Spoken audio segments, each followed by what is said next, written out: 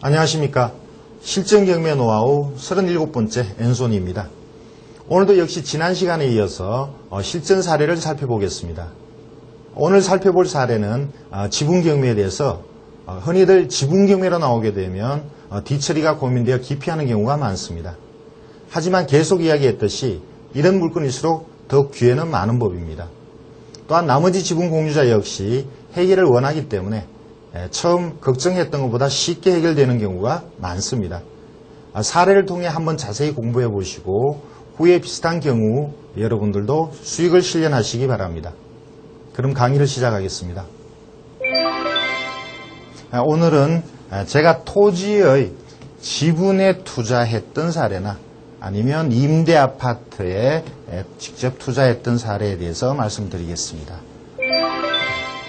저와 함께 자료 그림을 보실까요? 충남 아산시의 임야가 경매로 나왔습니다. 총 2357평방미터인데요. 지분입니다. 4,200여만 원에 감정이 됐고, 1,880만 원에 최종 낙찰이 되었습니다. 주변을 좀 보실까요? 사진을 보겠습니다. 보통의 완만한 경사의 임야고요. 곳곳에 분묘가 있습니다. 이 그림 쪽에 파란 부분은 저수지입니다. 그리고 짙은 파란색이 경매 대상인 토지죠. 여기 보시면 여기가 저수지고요. 이것이 전체 5,000여 평 정도 되는데 그 중에 7분의 1, 700여 평이 경매로 나왔고요. 여기 하얀 부분은 요 경매 대상인 빨간색은 보전 녹지인데요. 보전 임야입니다. 그래서 건축 행위가 어렵죠. 그런데 여기 하얀 부분은 관리 지역이어서 건축 행위가 가능한 데입니다. 제가 목적한 것은 이쪽 부분으로 나중에 분할을 요구하겠다라는 그런 계획이 있었습니다. 다시 그림을 보실까요?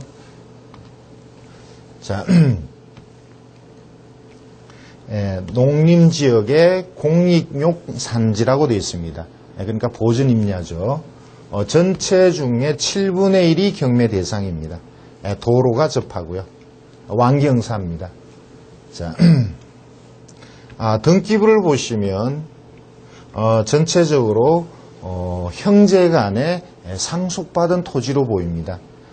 분묘가 많이 있죠. 15기의 분묘가 있는데 전부 토지 소유자의 조상 분묘로 그렇게 밝혀졌습니다. 그 중에 한 사람의 지분이 경매 대상인데 여기 등기부를 보시면 7사람의 소유자 중에 현재 진행하고 있는 경매 외에 또 다른 사람의 지분도 장래에 경매에 나올 가능성도 있는 것으로 보입니다. 이것을 제가 낙찰받은 이유는 아까 그림으로 미리 보여드렸습니다만 이쪽의 시세는 그 당시 평당 대략 6만 원 정도였습니다. 그리고 낙찰된 금액은 많이 저렴하죠. 평당 한 3만 원이 안 되게, 반값이 안 되게 낙찰을 받았고요.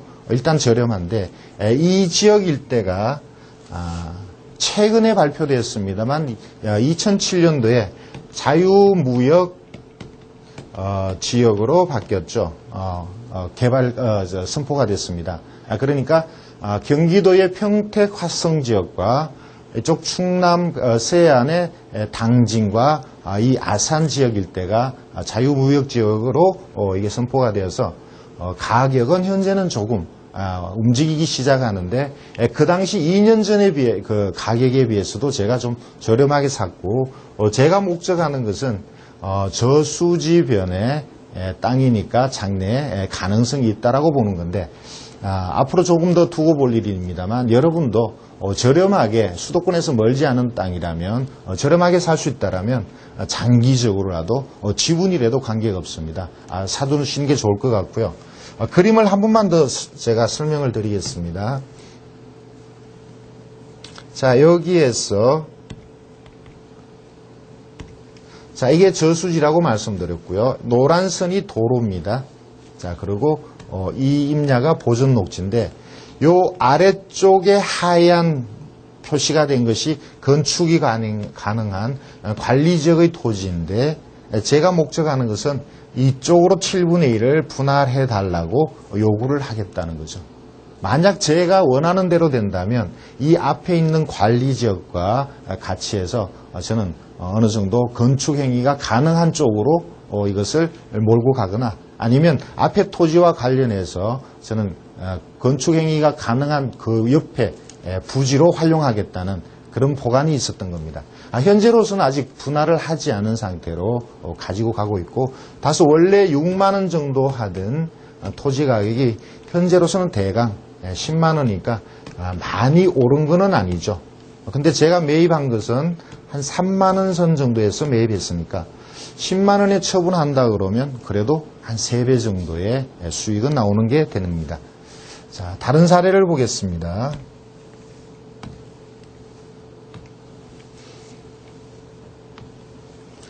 자, 두 번째 보실 사례는 양평군 강상면의 임야입니다. 자, 역시 외형상으로 지분으로 나타났는데요. 이 사건의 지분은 일반적으로 말하는 공유 지분이 아닌 여러분들이 미리 배우셨던 구분 소유적 공유에 속하는 그런 토지입니다. 감정가는 7,200이었고요. 4,700여만 원에 낙찰이 되었습니다. 자, 사진과 함께 그림을 좀 보실까요? 자, 이것이 왜 구분 소유적 공유인지를 말씀드리겠습니다. 자, 그림이 좀 작게 나옵니다만 제가 좀 확대해서 그리겠습니다. 자, 땅이 전체적으로 3,000평이 한 사람 소유였습니다. 자, 그 중에 1,000평 정도가 미리 다른 사람에게 매매되어서 분할이 되었고 나머지 이렇게 떨어져 있는 이 토지가 역시 또 세 필지로 나눠져서 세 개의 필지죠. 이것을 세 사람에게 매매를 했습니다. 매도를 했는데 이 세 사람이 1번, 2번, 3번의 토지를 공유의 형식으로 가지고 있었습니다. 그러나 실제로는 세 사람이 별개의 토지를 사실상은 단독 소유하고 있었던 거죠. 그래서 구분 소유적 공유라는 겁니다. 자, 제가 볼 때는 제가 그 당시 현장을 가서 확인한 것은 전체 1번, 2번, 3번의 토지가 지분으로 경매 나온 것이 아니고 3번 물건의 토지가 단독으로 경매 나온 걸로 저는 이렇게 판단을 했습니다. 요 빨간 표시 있어서는 산 96-6번지 요 토지가 경매 대상으로 봤었고요. 최종적으로 낙찰된 다음에 이 토지의 낙찰자는 이 토지의 소유자가 된다라고 저는 봤습니다. 자, 이쪽 토지와 이쪽 토지가 어떻게 다른가? 여기는 지대가 높은 보전임야입니다. 보전임야는 앞에 말씀드렸다시피 개발이 어려운 쪽이죠. 그런데 여기 앞에 있는 1번, 2번의 토지는 준보전임야입니다. 준보전은 개발이 어렵지가 않죠. 자, 그리고 다시 그림을 지우고 보겠습니다. 자, 동네가 여기 있고요. 이쪽은 높은 산입니다. 그리고 도로가 관습상 도로가 여기까지만 연결되어 있습니다. 뒤쪽의 토지에는 도로가 접하지가 않고요. 앞쪽은 도로가 접하죠. 자, 지분 형성, 외형상 지분으로 되어 있는데 사실상은 구분 소유적 공유죠. 자, 그리고 두 번째는 그 토지가 준보전이라는 것이죠. 자, 그리고 평지 완경사이고요. 그 다음에 세 번째는 도로를 접한다는 거죠. 자, 여러 가지 조건이 전체적으로 지분이 아닌 요 필지의 토지가 단독 경매 대상이라면 많은 여러 가지 조건이 저는 아주 좋은 쪽으로 이렇게 판단을 했었습니다. 자, 그렇게 판단을 하고 실제 낙찰을 받았죠. 자, 외형상으로는 이 세 필지의 토지가 경매 대상인 것처럼 보이는데 실제는 요 중간에 있는 요 토지 96-6번지 토지가 경매 대상이라고 본 거였죠. 그리고 이 96-6번지는 대부분이 준보전입니다. 그리고 가격도 보시다시피 3번 물건 같은 경우는 보전임야이다 보니까 감정평가액도 위에 있는 두 필지보다는 가격이 더 낮게 평가가 되었습니다. 자, 아래쪽에 보면 이게 지분 형식으로 돼서 무척 복잡합니다. 그래서 초보자들은 이게 이 내용만 봐도 머리가 아플 지경인데요. 실제 저는 이것을 물론 등기부도 판단을 했습니다만 토지대장을 떼서 이것이 구분 소유적 공유인 것을 판단을 했었고, 또 현장에 가서 경매 대상이 아닌 다른 땅의 소유자에게 구분 소유적 공유라는 것을 확인을 했던 거죠. 자, 실제 이것이 구분 소유적 공유라는 것을 보여드리죠. 자, 경매 대상인 96-6번지 토지의 임야대장입니다. 자, 이 임야대장이 세 사람의 소유로 되어 있다가 최종적으로는 한 사람의 소유로 바뀌었습니다. 세 필지의 임야대장이 모두 그렇습니다. 원래는 공유 형식으로 되어 있다가 결국은 단독 소유로 바뀐 거죠. 그래서 이것은 단독 소유나 다름없는 구분 소유적 공유라는 겁니다. 자, 그러면 이 주변의 위치를 잠시 말씀을 드리겠습니다. 자, 보시는 이 그림이 이것이 남한강이죠. 자, 위에 북한강이고요. 경매 대상인 토지는 이 정도에 있습니다. 자, 강이 보이지는 않습니다. 자, 건축이 가능한 토지가 강이 보이느냐 안 보이느냐, 양평에 있어서 강이 보인다 안 보인다는 크게 다르죠. 보이는 것과 보이지 않는 것은 거의 가격이 30% 50% 정도 차이가 납니다.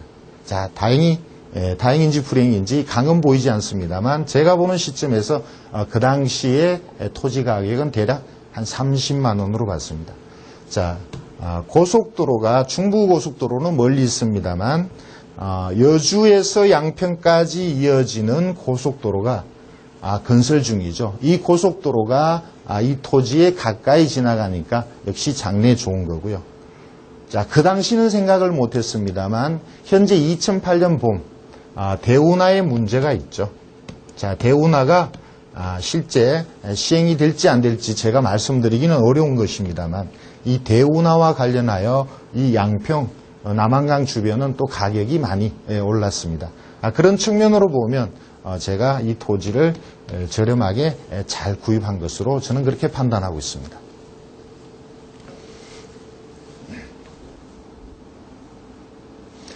계속해서 지분 사례를 같이 보시겠습니다.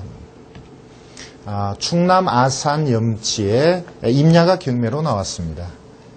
자, 보실까요? 임야인데요. 2,527평방미터고요. 지분입니다. 자, 1억 7,600만 원이 감정됐고 두 분 유찰되어서 천안은 30%씩 내려가니까 두 분 떨어져서 반값이 되었습니다. 자, 그리고 최종적으로 낙찰이 되었는데요. 토지의 그림을, 사진을 한번 보실까요? 자, 완만한 경사입니다. 잡목이 있고요. 그 안에 분묘는 없었습니다. 자, 만약에 이런 토지 안에 분묘가 있다면 가치가 많이 떨어지죠. 자, 여기 도로가 보입니다. 향은 남향입니다. 임야는 그 향이 어느 쪽이냐도 또 중요하죠. 주변을 보실까요? 자, 보시면 전체 임야가 이 정도죠. 도로가 접하고요. 앞쪽은 농업진흥지역이죠. 그러니까 전망은 좋습니다. 뒤쪽은 마을이 있습니다. 자, 이것이 경매로 나왔는데요. 다시 이 자료를 보실까요? 자, 여기서 중요한 게 관리지역 준보전 임야라는 겁니다. 앞에 사건에서 말씀드렸죠. 준보전 임야는 개발이 비교적 자유롭습니다. 자, 감정은 평당 한 24, 5만 원인데, 자, 이 주변의 대지 가격이 대략 50만 원이었습니다. 자, 제 생각에는 취락지역의 대지가 50만 원인데 그 앞쪽에 있는 완만한 준보전 임야라면 뒤에 있는 대지 못지않는 가격이라고 저는 봤습니다. 그래서 최소한 30에서 40만 원 정도가 되지 않을까라는 거죠. 자, 그래서 40만 원으로 봤을 때 700여 평이면 2억이 훨씬 넘죠. 그래서 이것이 금액이 저는 다소 저평가됐다라고 봤는데, 자, 문제는 뭐냐면 아까 말씀드렸습니다만 지분입니다. 18분에서 하니까 전체적으로 한 22%입니다. 전체 토지의 22%고요. 소유자가 상속받아서 이렇게 소유자가 많습니다. 공유자가. 자, 그리고 등기부를 보면 또 하나 문제가 있습니다. 소유자 간에 다툼이 있는 예고 등기가 기록되어 있습니다. 자, 하나씩 저는 체크를 해봤습니다. 예고 등기에 대한 사건 번호를 제가 대법원의 나의 사건 검색으로 가서 확인을 해보니까 이것은 이미 조정으로 취하가 되었습니다. 조정이 아니고요. 화해로 취하가 되어서 문제가 없는 것으로 결론이 났습니다. 자, 지분에 대한 것은 장래에 좀 길게 갖고 가서 언젠가는 해결하겠다라고 길게 호흡을 본다면 큰 문제는 아닐 거고, 오히려 그렇게 지분이기 때문에 저렴하게 살 수 있다라고 봤습니다.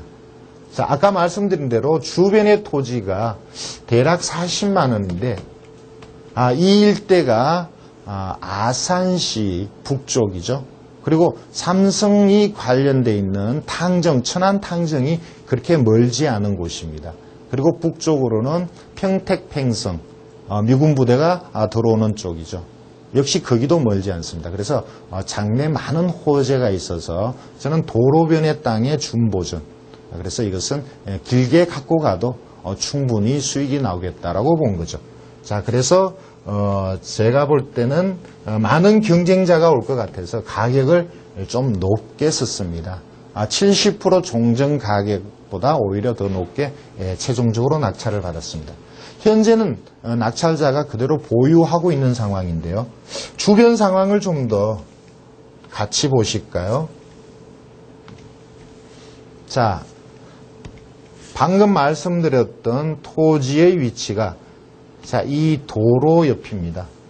자, 이 아래쪽이 아산이죠. 위쪽이 평택, 팽성입니다. 그리고 여기 오른쪽, 동쪽이 삼성 반도체가 있는 탕정이죠. 자, 이쪽에서 아산에서 평택으로 가는 도로가 4차선 도로로 확장이 이미 되었습니다. 자, 그래서 제가 볼 때는 준보전이냐고, 아산도 물론 커지고요. 천안도 커지고 탕정도 커지고 평택도 커지는 그런 여러 가지 호재의 중간에 있는 토지니까 저는 장래의 가치가 지금은 뭐 40만 원 정도라고 보지만 장래에는 100만 원까지도 충분히 호가할 수 있는 그런 토지로 본 거죠. 자, 비록 지분에 예고 등기가 있지만 그러나 길게 봤을 때는 충분 가치가 있는 토지라고 봤습니다. 만약 이 토지가 지분이 아니었다면 제가 낙찰받기가 오히려 어려웠을지도 모르겠습니다. 자, 다음은 이천에 나온 임야입니다. 역시 지분 경매입니다. 그리고 또 분묘가 있습니다. 토지의 면적은 무척 큽니다. 지금 여러분들이 보시는 것은 이쪽 하나인데요. 실제는 여러 필지입니다. 총 5필지 정도가 되고요. 마지막 필지는 지분입니다. 이 위쪽에 있는 필지는 전체가 경매 대상이고 마지막에 큰 땅은 2분의 1 지분입니다. 그래서 전체적으로 4,000여 평이 됩니다. 이것이 경매 대상이고요. 그 당시 제가 본 금액은 한 4만 원 정도 하지 않을까. 시가가 4만 원 정도 하지 않을까라고 봤는데 지금 많은 세월이 흘렀습니다만 지금은 그보다는 한 4배, 5배는 오른 걸로 그렇게 추정을 합니다. 자, 이것을 지분으로 낙찰받아서 과연 분묘와 공유자와의 해결을 어떻게 했을까? 자, 하나하나씩 제가 설명을 드리겠습니다. 자, 다시 위로 올라가겠습니다. 토지가 여러 필지이고, 그리고 제일 큰 토지는 지분이라는 것, 그리고 분묘가 여러 군데 산재에 있다라는 이런 문제가 있는데, 제가 지분권자에 대해서 미리 알아봤습니다. 지분권자가 대학교 교수죠. 경매 대상인 토지는 그 아버지가 가지고 있고 또 나머지 지분은 그 아들인 대학 교수입니다. 그리고 그 위에 자신들의 조상묘가 있습니다. 그렇다면 이 지분과 분묘를 한참에 해결할 수 있겠다라는 생각이 들었습니다. 즉, 분묘가 있는 토지를 몰아서 다른 소유자에게, 공주자에게 주고 저는 분묘가 없는 쪽의 토지를 요구하겠다. 자, 이런 계획을 세웠던 거죠. 그리고 실제 낙찰 받은 이후에 제가 그렇게 처리를 했습니다. 자, 임야의 사진을 같이 볼까요? 자, 요 아래쪽에 여러 필지가 전부가 경매 대상이고 여기 보이는 산 55-1번지는 2분의 1 지분이 경매입니다. 자, 여기에 도로가 마을도로가 이렇게 지나가고요. 또 산으로 해서 절로 올라가는 사찰로 올라가는 도로가 이렇게 접해 있었습니다. 자, 당연히 이 앞쪽에 토지가 가치가 있죠. 그런데 이쪽에 분묘가 있었고요. 자, 여기에 분묘가 많이 산재해 있었습니다. 자, 그래서 최종적으로 이렇게 해결을 했습니다. 총 4,000여 평이 낙찰 대상인데 제가 낙찰받은 이 임야하고 자, 이쪽을 포함해서 이것을 공주자에게 넘겨주고요. 자, 이쪽 토지를 낙찰자가 가지는 쪽으로 해결을 받습니다. 자, 많은 분묘들은 이쪽에 있습니다. 그러니까 분묘가 있는 것을 공유자가 자기 조상묘니까 당연히 갖고 가는 걸로 협의를 했고, 이 앞에 있는 분묘는 전체적인 토지에서 봤을 때 가장자리니까 이것을 나중에 이장해서 협의하든지 아니면 요 분묘가 있는 자리는 토지를 활용하지 않고 그냥 두는 그런 쪽으로 처리할 계획입니다. 자, 아까 말씀드렸던 것처럼 보통 지분으로 나오는 임야와 그리고 그 지분 토지상에 있는 분묘는 보통 경매 대상인 토지의 채무자의 조상묘인 경우가 대부분이기 때문에 자, 분묘가 있는 쪽의 지분을 경매 대상이 아닌 공유자에게 갖고 가도록 그렇게 분할을 하는 쪽으로 처리만 된다면 여러분들은 이 두 개의 문제를 해결하면서 저렴하게 토지를 낙찰받을 수 있는 것이죠. 자, 그러면 다음 사례를 설명하겠습니다. 자, 지금 저하고 같이 보실 그림은 전에 한번 잠깐 그 구분 소유주 공유를 설명할 때 한번 말씀드렸던 내용인데 좀 더 구체적으로 한 번 더 말씀을 드리겠습니다. 자, 대지가 경매가 나왔고요. 643평방미터입니다. 자, 내용이 좀 복잡하죠. 그 지상의 건물은 경매에서 제외됐다. 그러니까 법정지상권에 문제가 있고요. 토지만 경매 대상인데 지분 경매입니다. 자, 이것이 대략 1억 6천 정도의 감정이 됐고요. 누군가가 한번 낙찰을 받고 대금 미납하고 재경매가 나왔습니다. 자, 이것을 제가 1억 2,200에 낙찰을 받았습니다. 자, 보증금은 재경매니까 20%가 됩니다. 자, 여기서 가장 중요한 것은 지분 경매라는 건데요. 자, 한 번 더 보실까요? 기억해 두셔야 될 게 643평방미터가 경매 대상이라는 거죠. 자, 643인데요. 자, 제가 지분 경매이지만 그 643이라는 숫자가 자, 643. 제가 볼 때는 전체적으로 5필지입니다. 5필지 중에 이 위에 있는 2필지는 그 면적이 아주 적습니다. 자, 나머지 3필지 중에 1필지가 경매 대상이 아닐까. 저는 이렇게 본 거죠.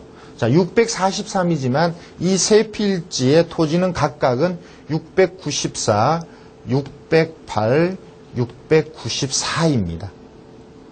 그러면 643 중에 위에 있는 나머지 3필지와 멀리 좀 떨어져 있는 필지입니다. 이 2필지는. 자, 이거 35를 빼면 608이 되고요. 이 608평방미터가 바로 여러분들이 보시는 4번 물건. 그 면적과 똑같죠. 그렇다면 이 4번 물건이 구분 소유적 공유에 의해서 이것이 경매 대상이 아닐까. 전체적으로 지분 경매가 아니고 4번 물건이 낙찰자의 소유가 되는 것이 아닌가 이렇게 판단을 일단 했습니다. 그리고 현장을 갔었죠.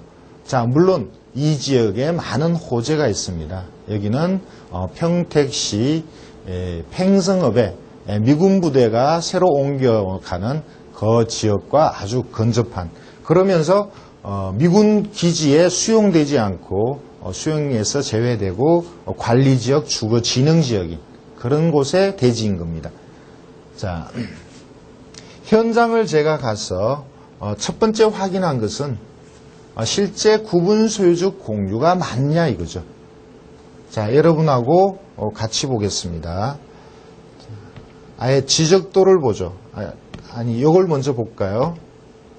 아까 말씀드렸던 전체 5필지가 나중에 있는 3필지는 여기 몰려 있고요. 자, 3필지는 이쪽에 몰려 있고, 다시 보겠습니다. 자, 3필지는 그림이 조작이 잘 안 되네요. 3필지는 이곳에 몰려 있고, 조금만 도로상의 2필지는 여기 보이는 작은 땅입니다. 자, 멀리 떨어져 있죠. 그래서 여기에 따로 떨어져 있는 35평방미터를 경매 대상에서 빼면 아까 608이라는 것이 이 3필지 중에 하나라고 저는 본 거죠. 자, 그러면 지적도를 볼까요? 자, 지적도를 보시면 지적도를 보겠습니다. 자, 지적도를 보시면 전체적으로 중간에 이렇게 선을 그어놓은 게 보입니다. 여러분들이 보시기엔 좀 희미하게 보이는데 이 3필지 중에 가장 오른쪽에 있는 4번 물건이 저는 경매 대상인 토지로 본 거죠. 자, 그것을 주변의 주민들에게 확인을 하고 또 채무자인 주 씨의 어머니가 이 옆에 살고 계셨습니다. 자, 그 어머니에게 4번 토지가 자기 아들 토지라는 것을 확인을 했습니다. 면적도 일치하고 또 그 관계되는 가족에게 확인한 내용입니다. 또 하나 중요한 것은 전체적인 토지 중에 건물이 소재를 합니다. 건물이 소재하니까 건물은 매각 제외라고 되어 있는데 그 건물들이 각각 4번 토지가 아닌 나머지 2 토지에 존재하는 거죠. 그렇다면 4번 토지가 만약에 구분 소유적 공유로 경매 대상이 된다면 건물과는 아무런 관련이 없는 게 되죠. 자, 4번 토지의 가장 큰 맹점은 도로가 닿지 않는다는 겁니다. 자, 도로가 닿지 않으니까 다른 토지에 비해서 가치가 좀 떨어지죠. 만약에 이 토지가 구분 소유적 공유가 아니라면 낙찰자는 다른 2 사람에게 전체적인 토지를 분할하자고 요구할 수도 있겠죠. 그렇게 되면 나머지 2 사람이 오히려 손해를 보는 입장입니다. 왜냐하면 4번 토지보다는 나머지 2 토지가 가치가 더 높기 때문이죠. 자, 그래서 최종적으로 저는 4번 토지가 경매 대상이고 혹 4번 토지가 경매 대상이 아니더라도 저는 나쁠 게 없다 이렇게 보고 낙찰을 받았습니다. 자, 다시 자료로 돌아가겠습니다. 자, 전체적으로 자, 이 토지가 190여 평입니다. 자, 190평을 제가 알아본 시세는 대지가 맹지일 경우 60만 원 정도를 호가했습니다. 자, 그렇다면 대략 1억 4천 정도 되죠. 그러니까 가격이 감정가는 약간 고평가된 이런 걸로 봐야 됩니다. 자, 누군가가 낙찰받고 포기를 했었는데 제가 들어간 금액은 1억 2,200이었고 누군가가 한 사람 더 입찰을 했었는데 그 사람은 1억 3천만 원에 입찰을 했었습니다. 저는 1억 2,200, 상대방은 1억 3천. 근데 상대방은 보증금을 10%만 갖고 왔습니다. 그래서 1억 3천은 무효가 되고 2등인 1억 2,200이 최종적으로 낙찰이 됐죠. 자, 이 지역의 주변을 좀 더 설명을 드릴까 합니다.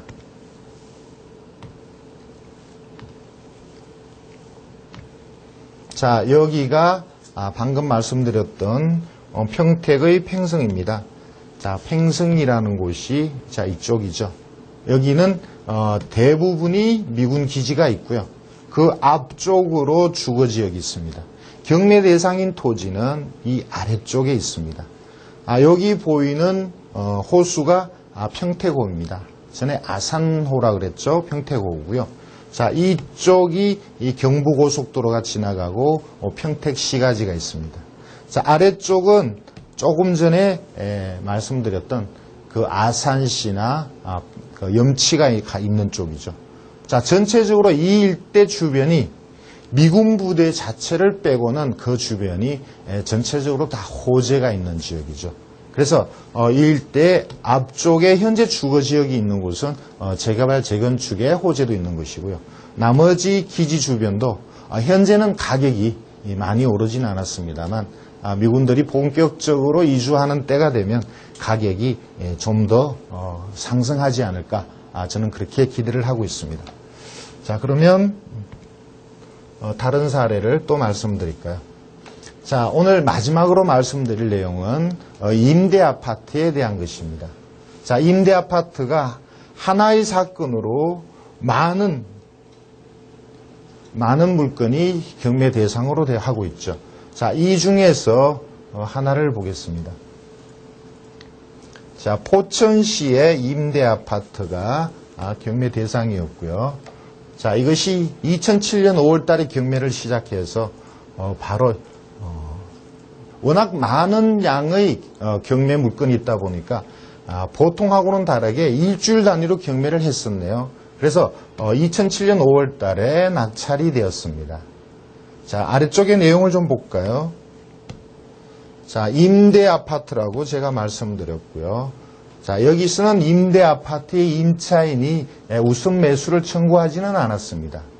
자, 제가 말씀드리고 싶은 것은 어떤 내용이냐면 임대 아파트의 임차인이 우선 매수를 신청하고도 실제 경매에 참여하지 않는 경우가 많다는 것. 그런데 외형적으로는 우선 매수를 청구하면 경쟁이 떨어지니까 저가에 낙찰받을 수가 있죠. 그리고 또 보시다시피 임대 아파트는 한목에 한참에 많은 숫자가 경매가 되기 때문에 낙찰받을 기회가 그만큼 많아지죠. 경쟁자가 흩어지기 때문에 그렇습니다.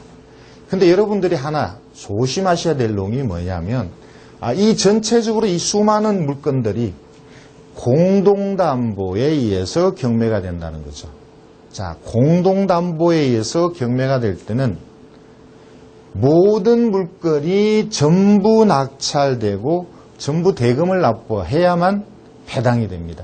자, 이렇게 일찍 낙찰받은 물건이나 외형상으로 대항력이 있어서 가격이 많이 떨어지기 위해서 여러 달 유찰되었다가 몇 달 후에 낙찰된 물건이나 그 모든 물건이 낙찰되어서 대금 납부가 되어야만 임차인에게 배당이 되죠.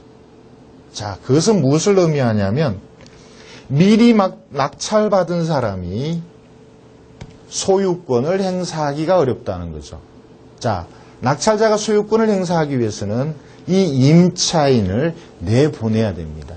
근데 이 임차인은 배당을 받기 전에는 나가지가 않죠. 배당일 전에는 아예 인도 명령의 대상이 되지를 않습니다.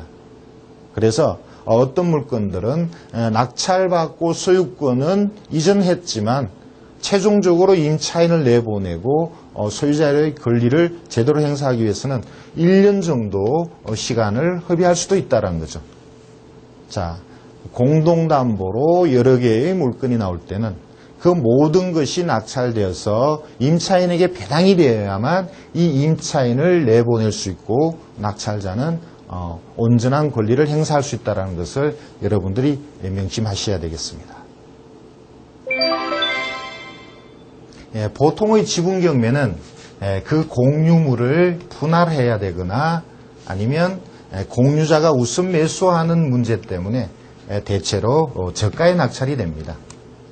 그런데 일반 지분 경매가 아닌 구분 소유적 공유인 경우는 지분 경매와 달리 공유물 분할의 문제가 없으므로 위험 부담이 적고 또 수익이 나오는 그런 사례라고 볼 수 있습니다.